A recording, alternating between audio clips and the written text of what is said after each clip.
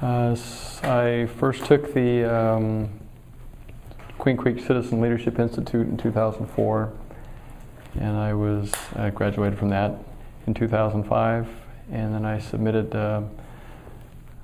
my desire to support the community through committees.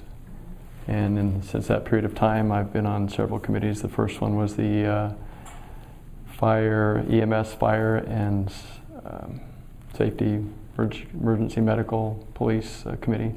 And the intent of that was to provide services for the town of Queen Creek. At that time, they didn't have much other than rural metro and then the county sheriff. And part of my effort there was, I feel, as I pushed for a compromise of sales tax as well as property tax instead of one or the other. Sales tax tends to cycle quite a bit. Property tax tends to be more stable. But in our state, people usually don't like property tax, no matter how small or large it is.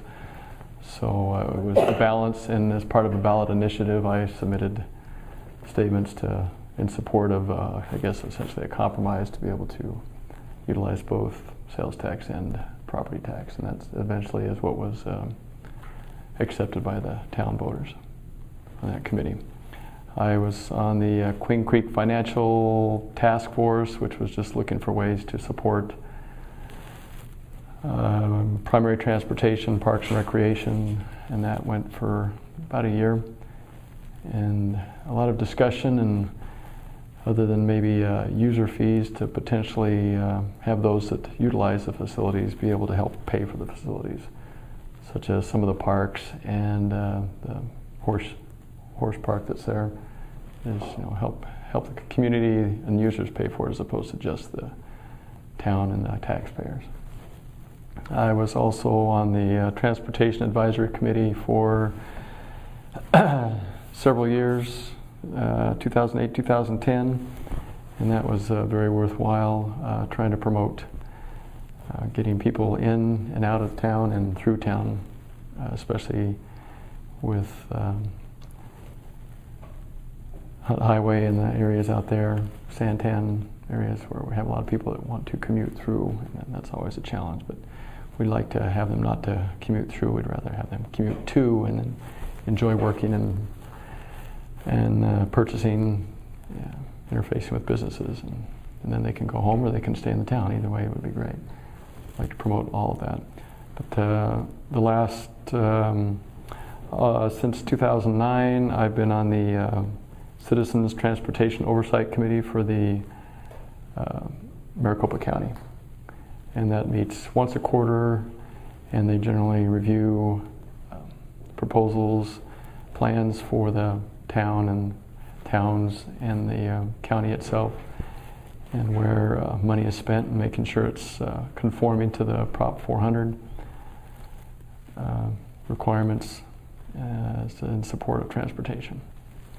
And that, again, that met once a quarter.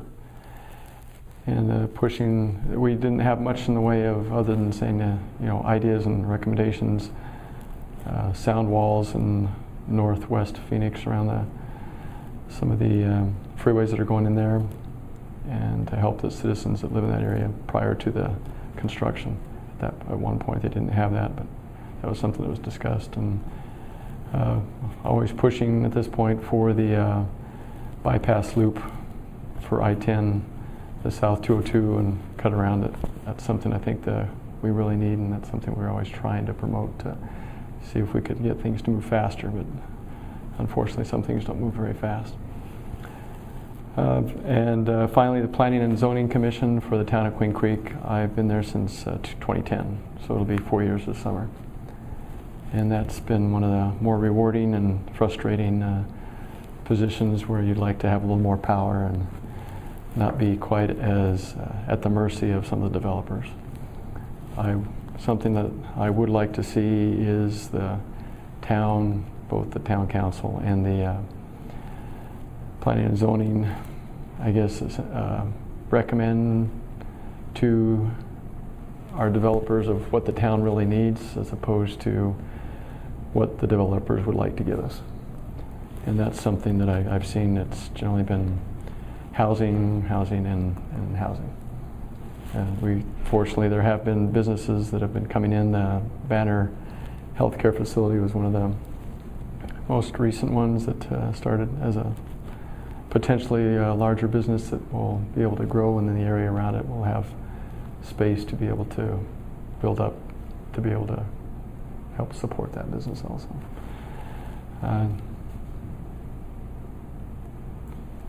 I was also very supportive of, I like, as I said in the statements that I've sent out, I like seeing a balance to our community as much as possible. And the balance includes housing and industry, commercial, residential, everything to me is a balance, and then recreational. And with the balance, we'd have a community that everyone would enjoy to live in, as well as work and play. And that's what I'd like to see.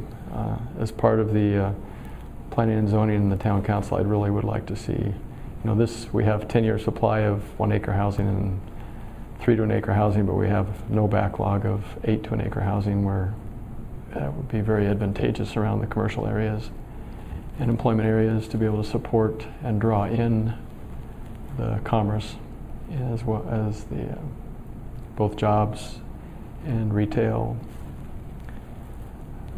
a mix of what we need, I think, to be a sustainable community overall. So that's several things.